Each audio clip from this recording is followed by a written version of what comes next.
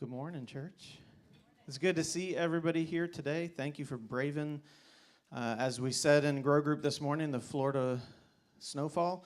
We're glad you're here. I want to introduce my good friend, Pastor Gary Weber. We've known each other for a while. I don't remember how long, but we've known each other and we've connected. He's been a great resource and friend for me. When I need some help, can call him up, and he's always willing to be there and help, and I appreciate you very much. And he's coming today to share about the vision of the Aspire family of churches. And of course, after church, we're going to have some time of discussion, but want to invite him up to come and share from the Word today. And I'll grab that table for you too. Thanks. Thank you, Marcus. Appreciate it. So good to be with you guys. Thanks for coming out today in the midst of all I like that, the Florida snowfall. That's good. I'll remember that and steal it and won't give you credit for it. I want to say what Marcus said about just me being a resource is I pray that's true, but I want to acknowledge that this church has provided pastoral leadership that has invested in me. My very first ministry position was at a mission church being planted in Ponte Vedra that was led by Pastor Ray Melton, who came from this church. And so I did music and youth for Ray out there in Ponte Vedra. I made all my rookie mistakes, or at least a lot of them, with Ray, and he was very patient and loving and kind to me through that time, and encouraged me as I was going off to seminary. And then when I came back to Jacksonville in 2008, the very first local pastor that I met, who was immediately a great resource for me and continues to speak into my life, is Mike Reed. And so I count both of those men as mentors and friends. And I grew up in the neighborhood just across the street, so right back here on Rainbow Road. I grew up there. My wife grew up on Clemson. And so I would come up here and ride my bike in your parking lot when I was a kid. My littlest brother went to the preschool here at San Jose. There's a long history. The last time I was here, I think actually was your 60th anniversary.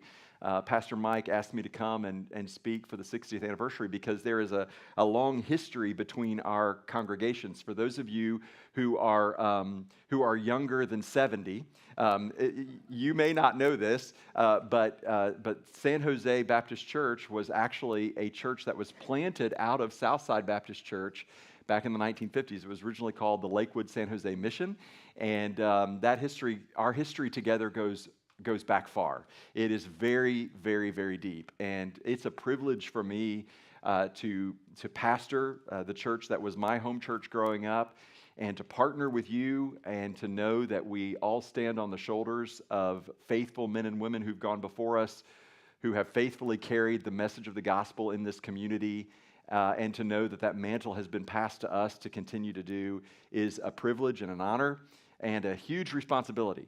It's a giant responsibility. And I don't know if you all recognize or talk in your church much about Advent. Some churches do, some churches don't. I love the season of Advent is that period of time leading up to Christmas. And it's a time where we reflect back and remember there was a time when the world and longing for a Savior. They were waiting. The prophets had foretold the coming of a Savior.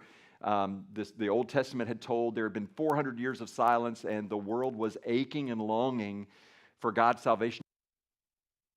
It came into the world at the birth of Jesus. And so we're still in a period of waiting. We're still waiting for Jesus to come back and finish the recreation and to make all things new. We live with the great hope and promise that He has come. God has fulfilled His promise to us, but we know it's not finished. The work isn't over.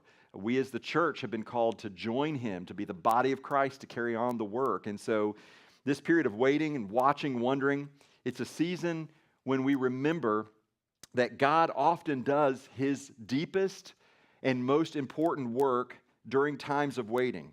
Long before miracles start happening, there is always waiting. Think about even the birth of babies. 9 months of waiting. And there's all kinds of expectations and maybe anxiety and fear. And there's always some pain involved when a baby comes. Physical pain for the women, and a lot of emotional upheaval and anxiety as you make room in your family for something even as wonderful as a baby. It's still disruptive. God disrupts our life. And when Jesus was born, it was disruptive. And it still is disruptive when we allow Jesus to take the center of our hearts, when we allow him to take the center of our churches. It can be disruptive. And so Advent teaches us something else. It also teaches us that when God brings something new into the world, it can be beautiful and painful at the same time. See, we live in a world that loves binary choices. Everything's black and white, left or right, Democrat, Republican, conservative, liberal. Everything is a polar opposite. But that's not always true. When God does a work in the world, it is always both beautiful and painful at the same time. Every parent knows that this is true. Every parent knows that you hope for a child, you love the child, you long for the child, but that child is disruptive to your life. Those children bring a lot of chaos into your home. And that heartache doesn't end at their birth. It continues through their lifetime, even as they become adults. I want you to know that as we're in the season of Advent, San Jose is in a season of Advent. You're in a season of waiting, a season of listening, a season of trying to discern what God is doing, a season where something new might be coming, something beautiful, but something that could be challenging, something that is full of promise, but that also will inevitably involve some pain. And that's okay, because that's how God works. That's always how God has worked throughout the scripture, throughout history. He works this way. He works through the beauty, he works through the pain, he works through the difficulties and the challenges, and through it all, he is working to forge in you, in your family, and in your church, a more accurate and beautiful picture of himself, a more beautiful picture of Jesus. And that's exactly when God does his best work. Now, I want to tell you just a little bit about my story. My preaching style is one where I don't talk about myself a lot, especially because I've been at Aspire 17 years. They know every story I've ever told. So if I repeat any story, they've probably heard it before. But since I've got a new audience, I want to just give you a little insight because I think it speaks to where you are. Because when I came to Aspire, it was then Southside Baptist Church 17 years ago, I was coming back to my home church. I had grown up there. My family had moved to Florida when I was 9 years old. We lived in an apartment complex here in the Lakewood area, and some neighbors invited us to go to church. We went to church, and I was baptized there at the time. Later on, my wife and I would be married there. I would hear and accept a call to ministry from that church. That was the church that sent me off to seminary. They ordained me when I finished seminary. My mother's funeral was there. It is a church that has been a part of my journey from the very beginning. There's a long legacy of that church, as you know, even from being a product of the missional emphasis of that church and this church itself growing out of it. But that church had gone through years of decline.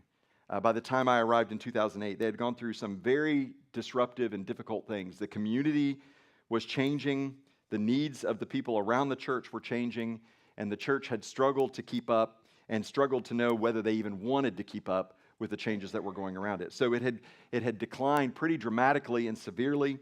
It was on the edge of splitting over a number of critical issues. And so when they were desperate enough, questioning their future, with no money left and no other resources, they said, let's call Gary because we don't have enough money to hire anybody else. So they called a rookie pastor who had never been a pastor before. I'd been a minister of music, serving churches in Huntsville and Atlanta, and it was not on my bingo card to ever be a senior pastor. In fact, I had seen that job up close and personal, working with my senior pastors for years, and I knew exactly that I didn't want to be a senior pastor. But when Southside called me, I knew that it wasn't just the church that I grew up with that was calling me. I really did sense that God was calling me. And as I was answering that call and determining to answer that call with my family, I had one question that was burning in my mind and my heart when I came. And that was God bringing me home to revitalize a church, or was he calling me to come and sit with it while it died?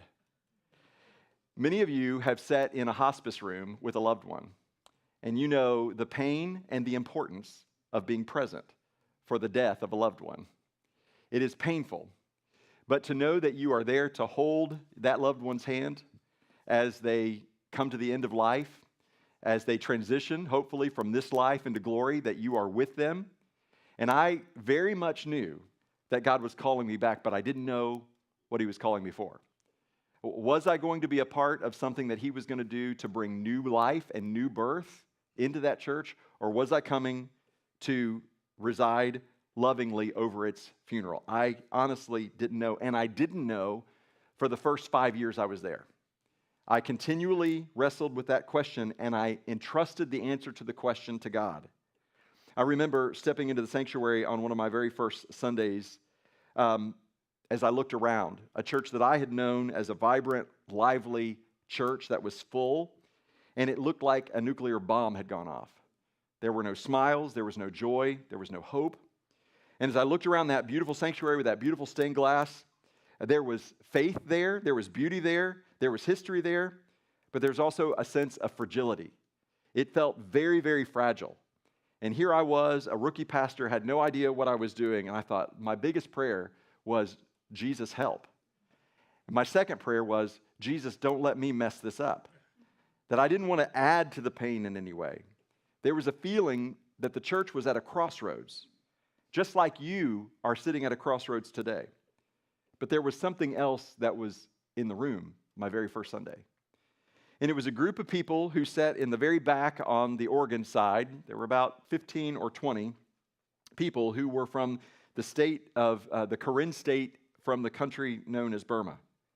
They were worshiping there, and as I watched them, I realized that many of them did not speak any English. They had come in as a part of the church's ministry to the community. They were coming in as a result of our student ministry, had gone about a year before and done a backyard Bible club in the apartment complex where many of them were living. And as the students were doing this backyard Bible club, these Asian children were coming out, but nobody could figure out what language they spoke. And so soon we found out they were speaking the language of Karen, which is a dialect from Burma.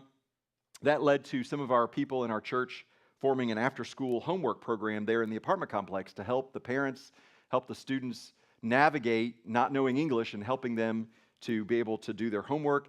And that led then also to an ESL program, which we actually partnered with you for many years. Our ESL program at San Jose and Southside Baptist Church was a program that was forged out of the needs in this community as God brought the nations, not just to Jacksonville, but as he brought the nations to 32207 and 32217.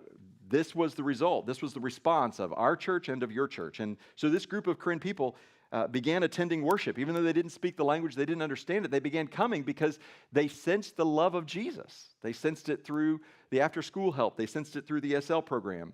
And this itself had become a point of division in our church. So one of the questions that was often asked of me in the interview process was, what are you going to do about the Karen? I didn't even know who the Karen were, but it had created such division because as the attendance among the Americans in the church was declining, the question continued to pervade the congregation, what are we going to do about the Karen? Half the people in the church wanted the Karen to go, the other half wanted them to stay, and said if the Karen didn't stay, they weren't staying. But you see, when people would take their children to the nursery, there were more Asian children than there were American children. In fact, my first Sunday there, my youngest daughter, who was in kindergarten at the time, was the only white child in the kindergarten Sunday school class. All of the other kids were Karen children. And so it had put a great deal of pressure on the church. It had put a great deal of financial pressure. It had put a great deal of social pressure on the church. And at a time when the church was struggling for its own existence, there were many people who were motivated, not necessarily out of racism, but out of what they thought were practical issues. How can we practically serve them when we're barely surviving ourselves? That was the question. And it was at that very moment, if I'm honest, that I realized this is a huge test. That God is putting before us a test to see which way we will go. We didn't speak their language. We didn't have a plan for integrating international congregations into our church. We didn't have the program or the staff or the budget that could easily accommodate their needs and our needs. But we had two things, and these two things proved to be all we needed. We had open doors, and we had open hearts. Not just open doors to Corinne and other refugees, but open doors to say, Jesus, this is your church, not ours. Open hearts, not just to love our neighbor as ourselves and to love the nations, but to love the Lord our God with everything we were and to put him and his kingdom first and trust that he would do all that was needed as a result of a faithful obedience to follow him. And church, to be honest, that's all God requires of us. That's all he asks of us.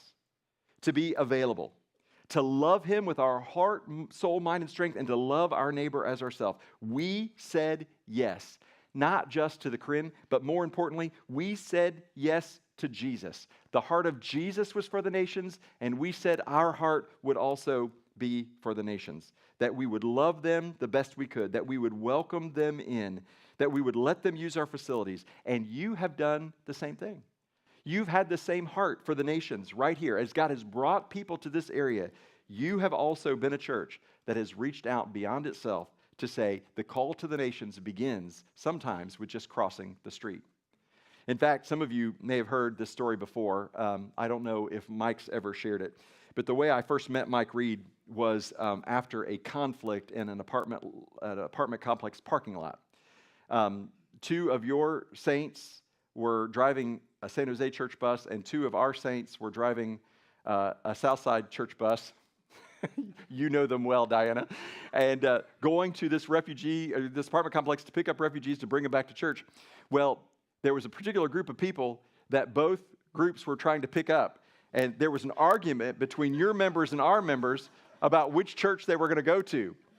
And I thought to myself, oh my goodness, I don't even know this pastor. I'm brand new. So I called up San Jose Baptist Church, and I didn't know the pastor's name. I found out Mike Reed. I said, Mike, you don't know me. I'm the new pastor at Southside Baptist Church. Can we meet for lunch? And so we met for lunch, and my first meeting with Mike was to apologize to him for the argument and the fight that took place at the apartment complex. But we both agreed, thank God both of our churches care enough to fight over which church these refugees were going to go to. And so that's how I met Mike Reed. I know that's the heart of this church. I know that you have also said yes, not just to the nations and to people, but most importantly, yes to Jesus. So here's the crux of the story. Here's what is true. People who have told this story, I've heard our Corinne pastor Thulemu tell this story, and people often will look at us and say that we were ministering to and we were serving the Corinne. But the truth of the matter is, it was really just the other way around. God used the Corinne to save us, not us to save the Corinne. God brought that remnant of people, that small group of refugees who had been persecuted for their faith, who had come to America looking for new life. He brought them to our church, not just as a test, but as a rescue mission to give us purpose and to get us back on track. God used them in a significant way, and he has blessed that partnership and expanded it beyond there. So, I want us to talk today just a little bit about what it requires to break through and to experience the unexpected. What does it look like when a burden, what some people would perceive as a burden, actually becomes a blessing? When difficulties and struggles are actually used to forge in us a picture of who Jesus is and what he wants to do in his church. See, the truth is, the presence of the Corinne and other refugees in our church did not drain our church, it revived it. Their passion reignited our passion. Their story became part of our story, and we began to see something very clearly, that we are best when we are not thinking about ourselves. This is the truth about pain. Pain always causes us to look inward. Distress always causes us to look inward.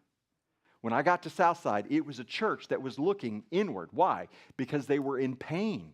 They were worried. They were distressed. Some of you are here today, and you are in pain, and you are distressed, and you are worried. You're having trouble focusing on what I'm saying because you're struggling with your own pain and worry and anxiety right now. That's what pain and worry does. It causes us to look inward, whether it's an individual or whether it's a church.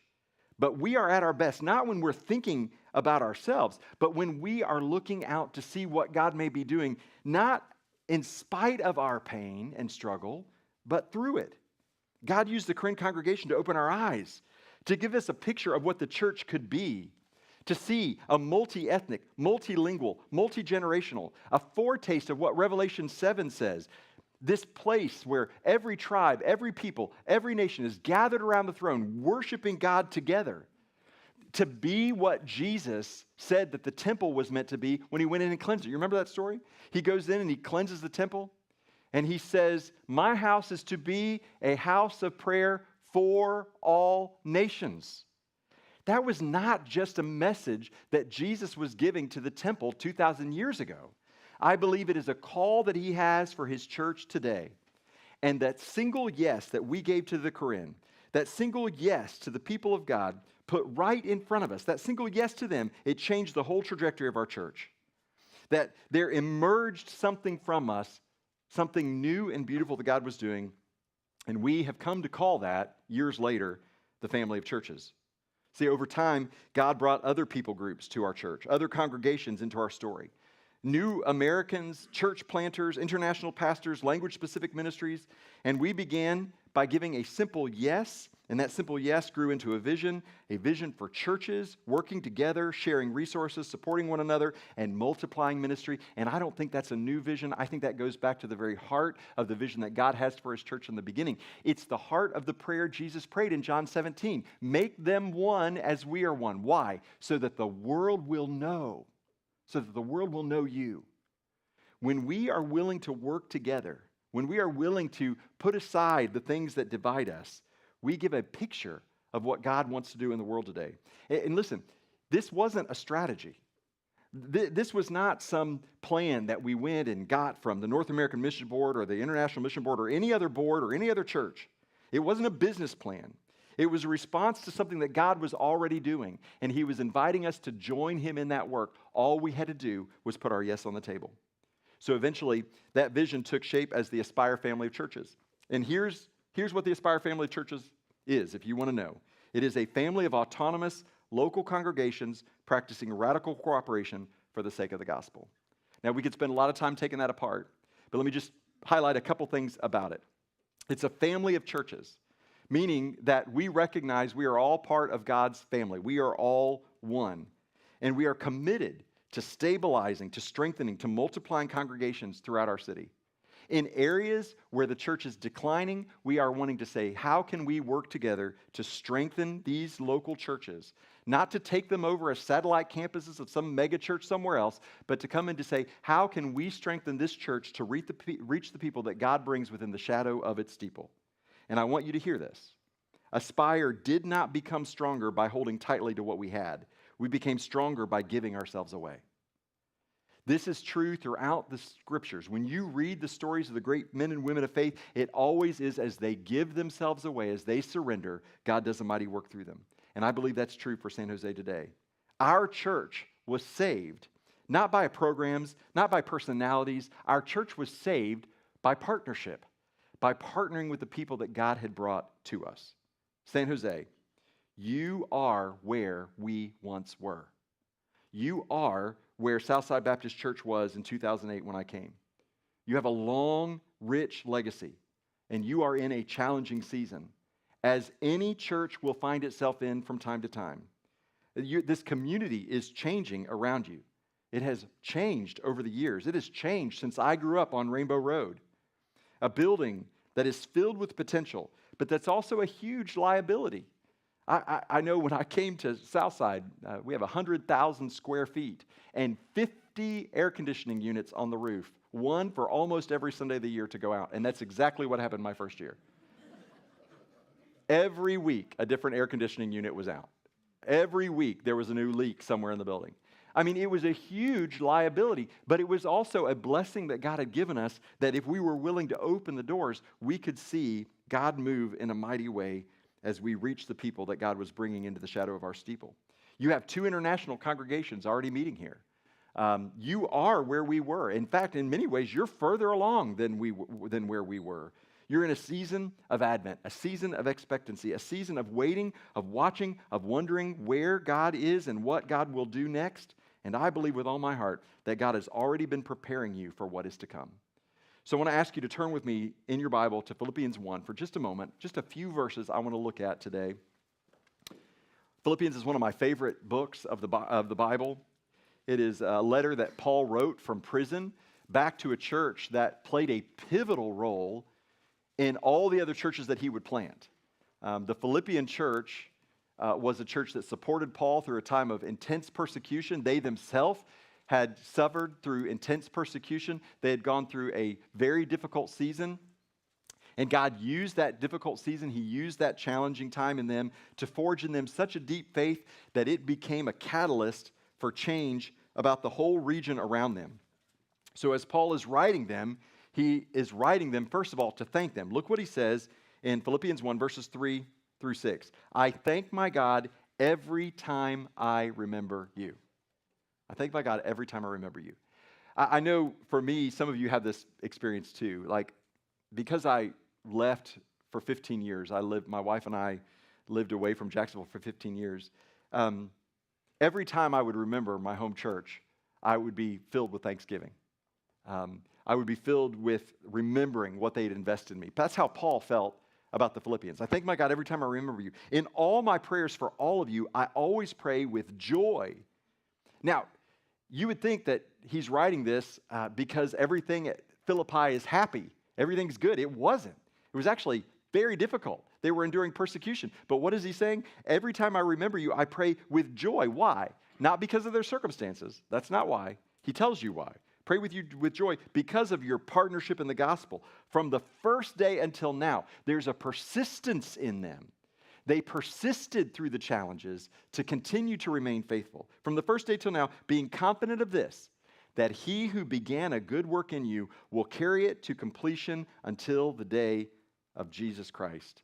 That he was going to finish what he started. Church, listen. God will finish what he started. He will finish what he starts.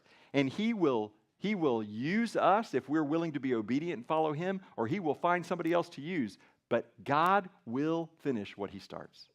He will accomplish what he sets out to accomplish. So 3 truths from this passage that I want to share with you. First one is this.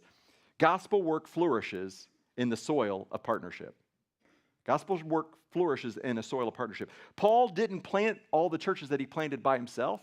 He had other people with him. He had other folks who were traveling with him. He had Timothy and Titus, and he had John Mark, and he had Luke. Other people were working with him, but also other churches were working with him.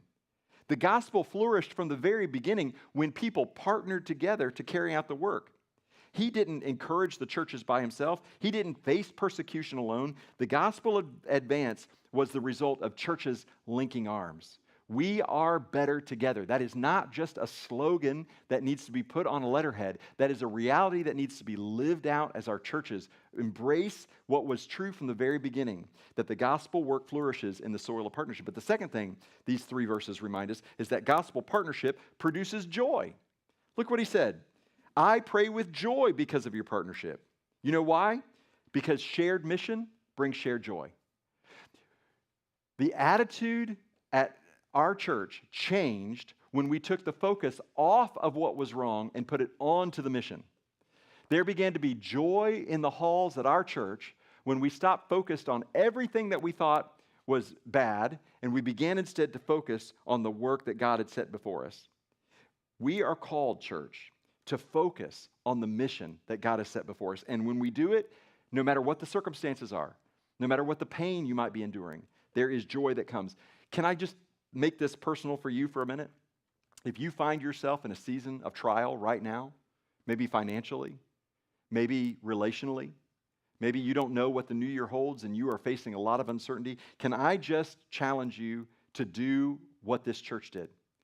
Take your attention off of what is wrong and instead place it on the one who is always right. Put your attention on Jesus and the call he has on your life, and you will find joy even in the midst of the challenges and the difficulties that you are facing. There is nothing like being a part of something that is bigger than yourself. I have been at Aspire long enough now to do a lot of funerals. And as I look back at some of the saints who have gone before, who found themselves in seasons of very difficult health challenges and other difficulties, as their church was declining, many of them put their focus and their energies on the refugees that were coming into our building, teaching them English, taking them to the DMV, teaching them the Bible, trying to get Sunday school classes started. As they put their focus on there was a joy in them. And as I think about that great cloud of witnesses that surround us today, I realize that their focus then was where their focus is now. They were cheering us on then, and they're cheering us on now. Put your focus on the call that God has on your life. Gospel partnership produces joy. You're not called to this alone. We're not called to this alone. And the third thing we see from these 3 verses is that God finishes what he begins. The good work in Philippi wasn't just personal salvation, as much as it was personal salvation. Paul preached the gospel. Lydia and others got saved. They're baptized. Their households got saved and baptized. Personal salvation was a part of it, but it wasn't the only thing. It was the mission that God had given to the Philippian church. You see, you can be saved as individuals and lost as a group. See, the salvation for the group comes as the individuals in it submit their life to Christ, and together they submit themselves to the mission of Christ. God has promised to finish what he started. He's promised completion, not because the Philippians or because you or because we have all the answers, but because they had each other and they had him and they were willing to follow him. See, the gospel is most magnified in our city when his people choose partnership over isolation. And this is not just true for you. It's not just true for us. This is a call that I believe God has on every church, everywhere, but especially in our city. I don't know how many of you have been in Jacksonville for a long time, but if you've been around any length of time, it's not news to you to say that Jacksonville is growing. It is growing like crazy. In fact, we're in the steepest period of growth in our city's history. We have added more citizens just in the last 5 years than at any single period of 5 years in the church's history. It's growing fast. But with that growth comes a lot of challenges. And with that growth, the other thing that is increasing is lostness. There are more lost people in Jacksonville than at any other time. And the nations are coming to us. God is bringing the nations here. Do you know that in Duval County Public Schools today, there are 127 languages spoken in Duval County Public Schools? 127 languages. I can't even think of 15 languages, let alone 127. Right here. Not somewhere else. You don't need a passport. You don't need to get on a plane. They're going to school with your kids, your grandkids, and your neighbor kids. They're right there. And listen to this. We did a little research as we were digging into this. 50 of those languages, 50 of the languages spoken in Duval County Public Schools right now are spoken by unreached, unengaged people groups. Now, some of you, if you don't know what that is, an unreached, unengaged people group is a people group in the world that missionaries have identified. They have no presence of the gospel. They have no church. Okay? So stick with me. We give millions of dollars, as we should, to international missions. We're in the week of prayer for international missions right now. Today was the day that we were collecting the Lottie Moon Christmas offering for international missions, and we should do that. But listen, 50 of those languages are right here in Jacksonville. 50 languages spoken by unengaged people groups are right here. Imagine with me for a minute if you and your church were to reach some of those 50 languages. Imagine if some of those people who speak those languages came to faith in Jesus. And then after coming to faith in Jesus, they began to grow in the knowledge of his word and the calling on their lives. And then they responded to a call to the nations. And then they themselves were sent back into the nations to an unreached, unengaged people group to reach people whose language they already speak, whose culture they already know. We spend millions of dollars to teach people languages and send them to a culture that is not their own for them to share the gospel. What if God got tired of waiting on his church and he brought the nations to us so that we could disciple them and send them back to their home country because they would be far more effective at reaching their neighbors and family members with the gospel than we would be? This is what God is doing. This is not theory, because I can tell you from practice, this is exactly what's happening at Aspire. We had, for the first time, one of the young women who came to America from Burma, who gave her life to Christ. She surrendered to a call to the ministry and to missions. And just this summer, we prayed over her and commissioned her as she was appointed by the International Mission Board to go back to Southeast Asia to reach people with the gospel. That is happening right here, and it is a part of what God is doing. 50 languages spoken in your neighborhood schools of unreached, unengaged people groups, and you have the ability. You think, but I don't have a passport. You don't need a passport. I don't know any other language. You don't need to know any other language. You just need to say, I am a part of a church that is on mission for Jesus in this neighborhood and whoever he brings into it, to reach them and to send them with the message of the gospel. This is the call that God has on us. 127 languages. And listen, we cannot do it by ourselves. I began praying about this time last year when I began to see the scope of the call and the mission that God had put before us. And I began to pray, God, please send us other churches to help. We cannot reach 127 languages by ourselves. We can't do it.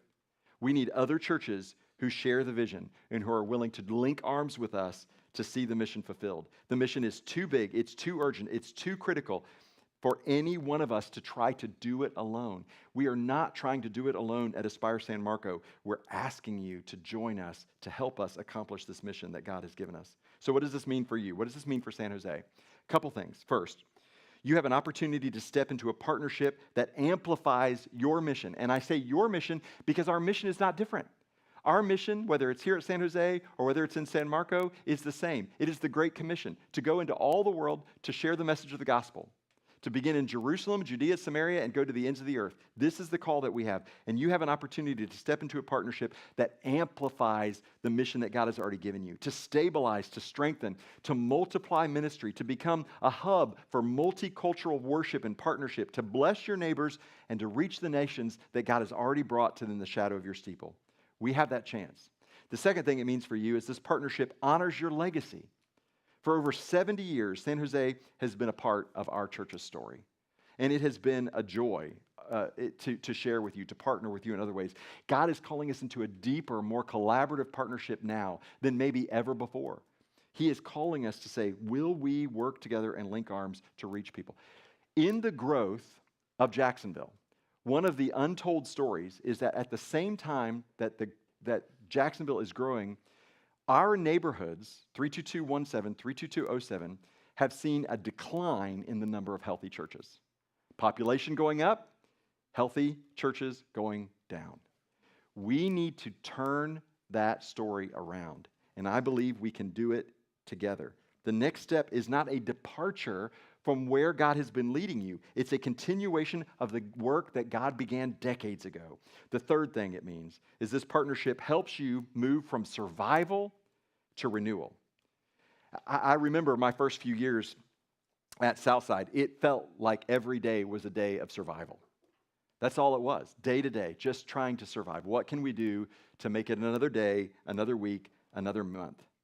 The next 2 to 5 years can be a season of rebuilding, turning away from surviving and talking about healthy ministries, leadership support, developing discipleship pathways that work for everybody, no matter what language they speak, providing administrative help, alignment around the mission that God has given us, revitalizing your worship and your discipleship and your outreach to say, what can God do in and through us as we seek to join him in the work that he is already doing in the neighborhoods around us? The fourth thing is this partnership positions you for future multiplication. Because that's the goal. It's not that we absorb you at all, not at all, just the opposite. We want to empower you that you become a church that multiplies, that you become a church that fans the flame of the gospel in other congregations and other churches. This is not about dependency. It's not about absorption. It's about multiplication. The goal is not merely to restore San Jose, but to have San Jose become its own family of churches where you are working to reach people groups that we can't reach, but together we are reaching more people for the glory of God and for the building up of his church. Say yes to the people that God has brought to your neighborhood. Say yes to the opportunity that God has placed right before you. Find where God is working around you already and join him there. Because I assure you, having grown up in this neighborhood, having lived and worked in this community for years, God is working here. God is working here, and he is looking for a people who is willing to say, yes, we will join you in the call that you have for us. So I just want to say to you as you prepare next week, I know it's a time of prayer and discernment for you. And I know for some of you, you may think this has all come about very quickly. It may even feel rushed to some of you. But I just want to tell you something that I've learned as I follow Jesus. His timing is always right. His timing is always right. That cuts two ways for me. There have been times where I've rushed ahead of Jesus, and that's never a good thing. That's never good. But more often than not, what I find is that when Jesus moves, it's faster and more sudden than I expected. Because he's not waiting on me. He's not asking my permission. He is already working, and he's inviting me to join him in the work that he is already doing. So as you pray between now and next week, I want to ask you to pray with expectation. The expectation of Advent, that God is doing something. I want you to pray with courage and boldness, that God would move in a way that he has never moved in our community, in our city before. Pray with hope that God is doing something new, birthing something new, not just in this organization, but in you. That God may have a new call and a ministry for you to join him and to revitalize your own faith as you join him in what he's doing here. Pray with open hands. Because if Advent teaches us anything, it's this. God often does his greatest work at the very moment we are unsure of what comes next. Something new is coming. And like the birth of any child, that will come and it will be beautiful and it will be painful. It will be messy, but it will be filled with God's promises. And God always keeps his promises. I'm going to invite you to join me as we